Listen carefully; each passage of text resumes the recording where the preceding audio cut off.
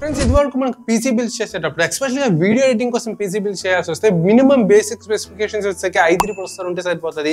అది కూడా మనకి 2 GHz ప్రాసెసర్ ఉంటే సరిపోతుంది. డెడికేటెడ్ జీపీయూ అవసరం లేకపోతుంది. ఇలా బేసిక్ గా ఉంటే సరిపోతుంది. ఈవెన్ నేను యూస్ చేసే ల్యాప్టాప్ కూడా ఇట్లాంటి బేసిక్ స్పెసిఫికేషన్స్ లోనే ఉన్నది. బట్ ఇది 2024 ఫ్రెండ్స్. ఇప్పుడు చాలా అప్గ్రేడ్ అయ్యింది. చాలా ప్రీమియం ఫ్యూచర్స్ వచ్చేసాయి. ఈవెన్ ఫిల్మోరా లాంటి బేసిక్ వీడియో ఎడిటింగ్ సాఫ్ట్వేర్స్ లో కూడా ప్రీమియం ఫ్యూచర్స్ వచ్చేయడం వల్ల మనకి ఎక్స్పెషల్గా రెండరింగ్ చేసేటప్పుడు కానీ లెట్స్ అప్లై చేసేటప్పుడు కానీ చాలా స్లో అయిపోతుంది బేసిక్ స్పెసిఫికేషన్స్. సో మీరు వీడియో ఎడిటింగ్ పర్పస్ కోసం కానీ ఒకవేళ పీసీ కానీ లేకపోతే ల్యాప్టాప్ కానీ తీసుకున్నట్టయితే మాత్రం ఈ వీడియో తప్పకుండా చూడండి ఫ్రెండ్స్. చివరి దాకా చూడడం మాత్రం మర్చిపోకండి. ఎందుకంటే బేసిక్ క్రెడెన్షియల్స్ అనేవి అప్గ్రేడ్ అయ్యాయి. ఈ రోజు ఈ వీడియోలో క్లియర్గా ఎక్స్ప్లెయిన్ చేస్తాను. సో వీడియో చివరి దాకా చూడండి. నచ్చితే లైక్ చేయండి, షేర్ చేయండి, సబ్స్క్రైబ్ చేయడం మాత్రం మర్చిపోకండి. ఇంక లేట్ చేయకుండా వీడియోలోకి వెళ్ళిపోదాం. Let's go into the video.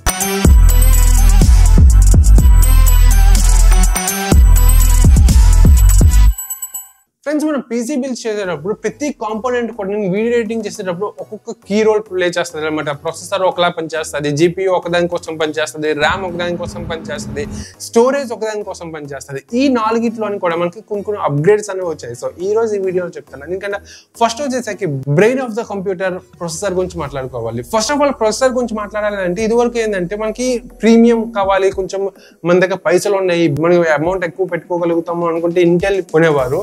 లేదు అంటే మనకి బేసిక్ కావాలి, ఇంకా లో ఎండ్ లో కావాలంటే ఏఎండి కొనేవారు. బట్ నా సజెషన్, ఇది నా పర్సనల్ సజెషన్ ఫ్రెండ్స్, 2024లో ఏఎండి అనేది ప్రిఫర్ చేయకండి వీడియో ఎడిటింగ్ విషయంలో. ఎందుకంటే మనకేమో ఇంటెల్లోని చాలా అప్గ్రేడ్స్ వచ్చాయి ఫ్రెండ్స్. రీసెంట్ గా చూసినట్టయితే మనకి అల్ట్రా సిరీస్ ల్యాప్టాప్స్ కూడా వచ్చేసాయి. అల్ట్రా 5, అల్ట్రా 7, అల్ట్రా 9 సిరీస్ లో వచ్చేసాయి. ఇవి ఏంటంటే మనకి ఎన్పియూ, న్యూరల్ ప్రాసెసింగ్ యూనిట్ అని చెప్పేసి మనకి కొత్తగా ప్రాసెసింగ్ యూనిట్ అనేది మనకేమో ఇంటిగ్రేట్ అయ్యి ఉంది. సో ఇట్లాంటి కొత్త అప్గ్రేడ్స్ అనేవి మనకి ప్రొసెసర్లో వచ్చాయి, ఎస్పెషల్గా ఇంటెల్లోని. సో ఈ విషయాన్ని మీరు గుర్తుపెట్టుకోండి. కంపల్సరీగా ఇంటెల్ అనేది కొన్ని ప్రిఫర్ చేయండి ఇన్ కేసు వీడియో ఎడిటింగ్ చేస్తే మాత్రం. ఈ ఇంటెల్లోని మినిమం బేసిక్ స్పెసిఫికేషన్స్ ఏముండాలి అని అంటే first and foremost thing minimum మనకేమో i5 ఉండేలా చూడండి. ఇదివరకు అంటే i3 అనేది హ్యాపీగా మనకి అయిపోతుండే. బట్ ఇప్పుడు చాలా టైం తీసుకుంటుంది. ఎగ్జాంపుల్ నేనే తీసుకోండి, నాది i3 11th gen అనమాట. నాకు రెండరింగ్కే అట్లీస్ట్ నాకు ఒక 15 minutes వీడియో ఉంటే ఆ 15 minutes వీడియో రెండరింగ్ అవడానికి మినిమం నాకేమో 5 to 10 minutes పట్టేస్తుంది. సో అంత స్లోగా ఉంది. సో ఎట్టి పరిస్థితుల్లో కూడా మీరేమో i3 అనేది అస్సలు ప్రిఫర్ చేయకండి, ఎస్పెషల్గా వీడియో ఎడిటింగ్ కోసం. అండ్ నెక్స్ట్ ప్రాసెసర్స్లోని మనకేమో క్లాక్ స్పీడ్ విషయంకి వచ్చేసరికి మనకి కంపల్సరీ మినిమం 2.8 నుంచి 3 GHz ఉండేలా చూడండి. ఇది మినిమం అనమాట. ఈ విషయం మాత్రం మర్చిపోకండి. అండ్ నెక్స్ట్ మనకి థ్రెడ్స్ అండ్ కోర్స్ అని చెప్పేసి అంటారు కదా, కోర్స్ విషయంకి వచ్చేసరికి మినిమం 6 core ప్రాసెసర్ ఉండేలా చూసుకోండి. మినిమం 6 ఉండాలి ఫ్రెండ్స్. 8 ఉంటే బెస్ట్, బట్ 6 ఉండేలా చూసుకోండి. ఇవి చాలా ఇంపార్టెంట్ ప్రొసెసర్ కొనేటప్పుడు. అగైన్ రీక్యాప్ చేస్తున్నాను, మనం ప్రొసెసర్ కొనేటప్పుడు కనీసం i5 ప్రాసెసర్ ఉండేలా చూసుకోవాలి. సెకండ్ వచ్చేసరికి కంపల్సరీగా మనకేమో 6 core ప్రాసెసర్ ఉండేలా చూసుకోవాలి. అండ్ థర్డ్ వచ్చేసరికి క్లాక్ స్పీడ్ వచ్చేసరికి 3 GHz, minimum 3 GHz, 2.8 to 3 GHz ఉండేలా చూసుకోండి. ఈ 3 ఇంపార్టెంట్ క్రైటీరియా తీసుకోండి. ఇంటెల్ అనేది గ్యారంటీ ప్రిఫర్ చేయండి ఫ్రెండ్స్. అండ్ నెక్స్ట్ వచ్చేసరికి జీపీయూ. ఇదివరకు ఏంటంటే మనకి ఇంటిగ్రేటెడ్ జీపీయూ ఉంటే సరిపోతుండే. నాది కూడా ఇంటిగ్రేటెడ్ జీపీయూ. బట్ ఇప్పుడు డెడికేటెడ్ జీపీయూ అనేది కంపల్సరీగా ఉండాలి ఫ్రెండ్స్. జీపీయూలోని మనకి బేసిక్గా ఎప్పుడు పడుతుంది అంటే ఎక్స్పెషల్గా రెండరింగ్ చేసేటప్పుడు కానీ లేకపోతే ఏదైనా 3D ఎడిటింగ్ చేసేటప్పుడు కానీ కంపల్సరీగా మనకి జీపీయూ మీద ప్రెషర్ పడుతుంది. సో ఎట్టి పరిస్థితుల్లోనే డెడికేటెడ్ జీపీయూ ఉండేలా చూసుకోండి. ఈ జీపీయూలోని అట్లీస్ట్ మనకి 1050 కానీ 1080 కానీ ఉండేలా చూసుకోండి. అదే ఆర్టీఎక్స్ సిరీస్ అయితే మాత్రం 3050 కానీ 3060 కానీ ఉండేలా చూసుకోండి. ఇది మినిమం ఫ్రెండ్స్. మనకి జీపీయూ అనేది డెడికేటెడ్ గా ఉండాలి. పైసలు ఉంటే ఆర్టీఎక్స్ ప్రిఫర్ చేయండి, లేదా జీటీఎక్స్ ప్రిఫర్ చేయండి. జీటీఎక్స్ కి ఆర్టీఎక్స్ కి డిఫరెన్స్ ఏంటి అండ్ ఎవరెవరు ఎట్లాంటి ప్రిఫర్ చేసుకోవాలనేది ఒక డెడికేటెడ్ వీడియో చేసి వీడియో లింక్ అయితే డిస్క్రిప్షన్ లో పెట్టాను.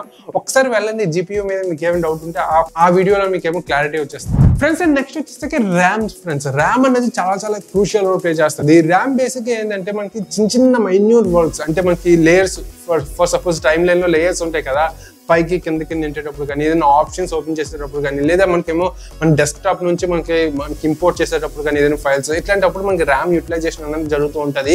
అది ఇక్కడ తక్కువగా ఉంటే మాత్రం చాలా ఇబ్బంది పడిపోతుంది. ఇదివరకు ఏంటంటే మనకి 8 GB ర్యామ్ అనేది మోర్ దెన్ ఎనఫ్. బట్ ఇప్పుడు మినిమంలో 16 GB ర్యామ్ ఉండాలి. ఇది మాత్రం కంపల్సరీగా ప్రిఫర్ చేయండి.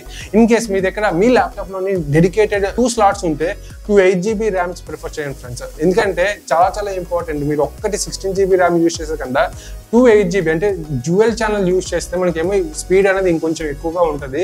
సో ఈవెంట్లుగా డిస్ట్రిబ్యూషన్ అవుతుంది అనమాట మెమొరీ. సో కంపల్సరీగా 2 ఛానల్ యూజ్ చేయడానికి ట్రై చేయండి. ఇన్ కేస్ మీరు పీసీ యూజ్ చేసినా ల్యాప్టాప్ యూజ్ చేసినా ఇది చాలా చాలా ఇంపార్టెంట్ ఫ్రెండ్స్. అండ్ నెక్స్ట్ వచ్చేసరికి దాని తర్వాత స్పీడ్ వచ్చేసరికి మినిమం 3000 MHz ఉండేలా చూసుకోండి ఫ్రెండ్స్. ఇది చాలా చాలా ఇంపార్టెంట్ ర్యామ్ విషయం. And last but not least చాలా ఇంపార్టెంట్ స్టోరేజ్ ఫ్రెండ్స్. బేసిక్గా స్టోరేజ్ వచ్చేసరికి మనకి ఇదివరకు ఏంటంటే 2.5 SSD ఉంటే మోర్ దాన్ ఎనఫ్. బట్ ఇప్పుడు మనకేమో కంపల్సరీగా 2024లోనే మనకి వీడియో ఎడిటింగ్ పర్పస్ కోసం తీసుకున్నట్టయితే NVMe M.2 SSD అనేది చాలా చాలా ఇంపార్టెంట్. ఎందుకంటే దాని తర్వాత స్పీడ్ అనేది వెన్ కంపేర్ టు 2.5 SSDతో కంపేర్ చేసుకుంటే SATA SSDతోని చాలా స్పీడ్గా ఉంటుంది. నేను ఈ స్టోరేజ్ మన different types of storage models గురించి నేను ఒక వీడియో చేశాను. ఆ వీడియో లింక్ కింద డిస్క్రిప్షన్లో ఉంటుంది, ఒకసారి వెళ్ళి చూడండి. అఫ్ కోర్స్ ఆ వీడియోలోని నేను ఆడియో అన్నది అంత పర్ఫెక్ట్గా లేదు, ఎందుకంటే ఎక్స్టర్నల్ మైక్ యూజ్ చేయలేదు. బట్ ఒకసారి కొంచెం వాల్యూమ్ ఎక్కువ పెట్టుకొని వినండి, చాలా క్లియర్గా ఎక్స్ప్లెయిన్ చేశాను. అక్కడ నేను క్లియర్గా చెప్తాను M.2 SSDకి డిఫరెన్సెస్ ఏంటి అండ్ ఎంత స్పీడ్ ఉంటుందో. సో ఈ రోజుల్లో కంపల్సరీగా మినిమం 512 M.2 SSD 512 ఉండేలా చూసుకోండి. మీకు ఇంకా కావాలి, ఇంకా స్టోరేజ్ ఎక్కువ కావాలంటే సెకండరీ స్టోరేజ్ కానీ HDD ఉంటే సరిపోతుంది, నాట్ అన్ ఇష్యూ. HDD అనేది సెకండరీ స్టోరేజ్ అంటే జస్ట్ నార్మల్ స్టోరేజ్ పర్పస్ కోసం ఉంటే సరిపోతుంది. 2 TB 1 TB depending upon your work బట్టి మీరేమో ఎంత కావాలంటే అది తీసుకోవచ్చు. కానీ ప్రైమరీ స్టోరేజ్ మాత్రం కంపల్సరీ NVMe SSD ఉండేలా చూసుకోండి ఫ్రెండ్స్. ఎందుకంటే చాలా సాఫ్ట్వేర్స్ స్టార్టింగ్లో ఏంటనుకుంటారంటే జస్ట్ ఫిల్మోరా అయితే ఫిల్మోరా లేదా ఏదో ఒక వీడియో ఎడిటింగ్ సాఫ్ట్వేర్ మాత్రమే యూజ్ చేస్తాను అనుకుంటారు. బట్ అలా కాదు, మనకి రాను అలా ఇంక్రీజ్ అవుతుంది ఉంటుంది. ఇప్పుడు నేను ప్రెసెంట్ అయితే టోటల్గా 4 నేను వీడియో అప్లోడ్ చేయడానికి 4 సాఫ్ట్వేర్స్ యూజ్ చేస్తున్నాను. OBS ఏదైనా స్క్రీన్ రికార్డింగ్ చేయడం కోసం, ఫిల్మోరా వీడియో ఎడిటింగ్ కోసం, ఆడియో ఎడిటింగ్ కోసం, అండ్ ఫోటోషాప్ థంబ్నెయిల్ కోసం, ఇలా డిఫరెంట్ సాఫ్ట్వేర్స్ యూజ్ చేయాల్సి వస్తుంది. సో కంపల్సరీగా మినిమం NVMe SSD ఉండేలా చూసుకోండి ఫ్రెండ్స్.